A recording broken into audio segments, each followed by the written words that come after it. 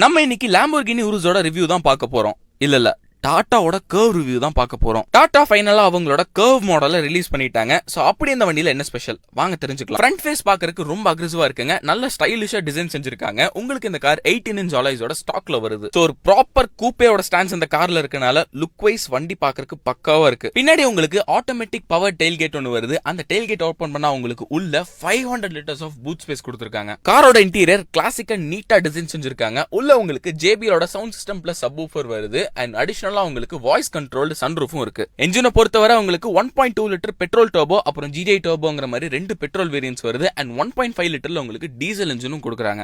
அடிஷனலா இந்த கார்ல உங்களுக்கு level 2 ADAS adaptive cruise control, lane departure warning, lane keep assist, lane change assist மாதிரி features எல்லாம் கொடுத்திருக்காங்க. இந்த காரை பத்தி நீங்க என்ன நினைக்கிறீங்க? மறக்காம எனக்கு கமெண்ட்ஸ்ல சொல்லுங்க. எனக்கு இந்த கார் டிசைன் அண்ட் ஃபீச்சர்ஸ் ரொம்ப பிடிச்சிருக்கு.